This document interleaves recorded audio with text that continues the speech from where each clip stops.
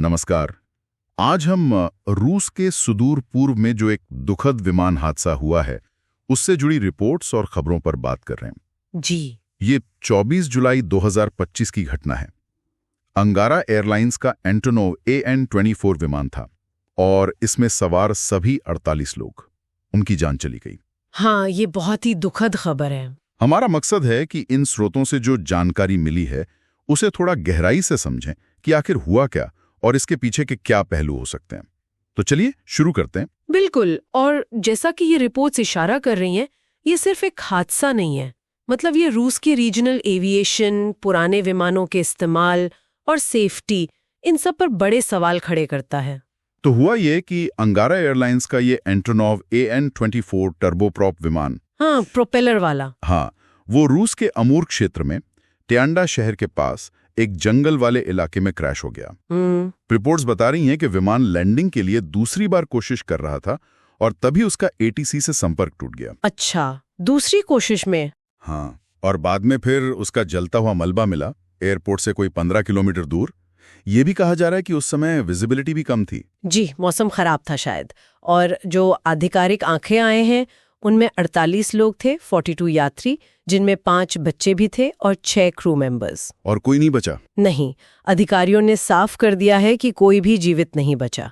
शुरू में कुछ रिपोर्ट्स में 49 की बात थी, पर कंफर्मेशन 48 का ही है। इसमें एक बात जो चौंकाने वाली है वो है विमान की उम्र। हाँ, वो तो है। ये 1976 का बना हुआ था, मतलब लगभग 50 साल पुराना। 50 साल? अरे बाप रे, ये तो बहुत पुराना है ना?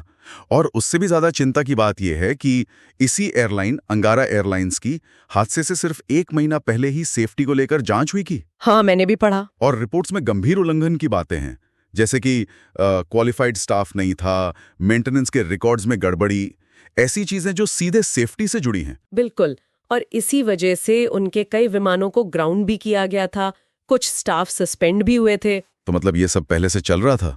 जी, और अब इसी मामले में क्रिमिनल इन्वेस्टिगेशन भी शुरू हो गई है। लापरवाही से मौत का कारण बनना, इस एंगल से। तो जांच में क्या देख रहे हैं, पायलट की गलती या मशीन की खराबी? देखिए, दोनों ही संभावनाओं पर काम चल रहा है।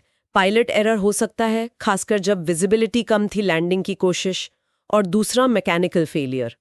विमान के ब्लैक बॉक्स मिल गए हैं, मतलब फ्लाइट डेटा रिकॉर्डर और कॉकपिट वॉइस रिकॉर्डर, उन्हें मॉस्को भेजा गया है एनालिसिस के लिए। अच्छा, तो उनसे काफी कुछ पता चल सकता है? हाँ, उम्मीद तो यही है। उड़ान के आखिरी पलों में क्या हुआ, पायलट के फैसले क्या थे, ये सब। पर बात सिर्फ इस हादसे की नहीं है, ये एयरलाइन की पूरी सेफ्टी प्रक्रिया पर सवाल खड़े कर रहा है। और ये जो पुराने विमानों का जिक्र आया, क्या इसका संबंध उन पश्चिमी प्रतिबंधों से भी हो सकता है जिनकी बात कुछ रिपोर्ट्स में है? देखिए, ये एक अहम सवाल है कि स्पेयर पार्ट्स मिलने में दिक्कत हो रही है, बेड़ा मॉडर्नाइज नहीं हो पा रहा है, क्या इसका असर हो सकता है? बिल्कुल हो सकता है। ये जो एंटोनोव AN-24 है, इसे भले ही फ्लाइंग ट्रैक्टर कहते हैं इसकी मजबूती के लिए। हाँ, सुना है। पर इसका हादसों का इतिहास भी है।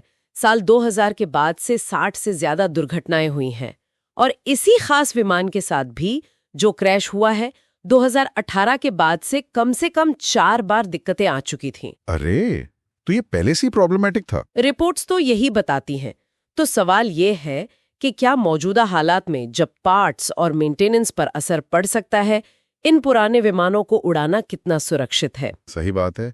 ये सेफ्टी, मेंटेनेंस और नियमों की निगरानी, इन सब पर सवाल उठाता है। जी बिल्कुल, जैसा कि इन सोर्सेज में भी कहा गया है। तो इन सब बातों को जोड़कर देखें तो ऐसा लगता है कि ये किसी एक वजह से नहीं हुआ। नहीं, बिल्कुल नहीं। एक तो इतना पुराना विमान, ऊपर से एयरलाइन का सेफ्टी रिकॉर्ड खराब, मौसम भी ठीक नहीं था, और शायद वो प्रतिबंधों वाला एंगल भी। हाँ, ये कई चीजों का मिला जुला नतीजा लग रहा है। बिल्कुल। और ये हमें सोचने पर मजबूर करता है कि क्या ये सिर्फ एक तकनीकी खराबी या पायलट की गलती है, या फिर रूस के एविएशन सेक्टर में जो प्रणालीगत दिक्कतें हैं, खासकर पुराने विमानों और बाहरी दबावों को लेकर, ये उसका संकेत है। ये सोचने वाली बात है। हाँ, श्रोताओं के लिए भी ये सवाल है कि क्या सिर्फ जांच और विश्लेषण काफी होगा ऐसी घटनाओं को रोकने के लिए, या फिर एविएशन सेफ्टी और फ्लीट मैनेजमेंट में गहरे स्ट्रक्चरल बदलावों की जरूरत है।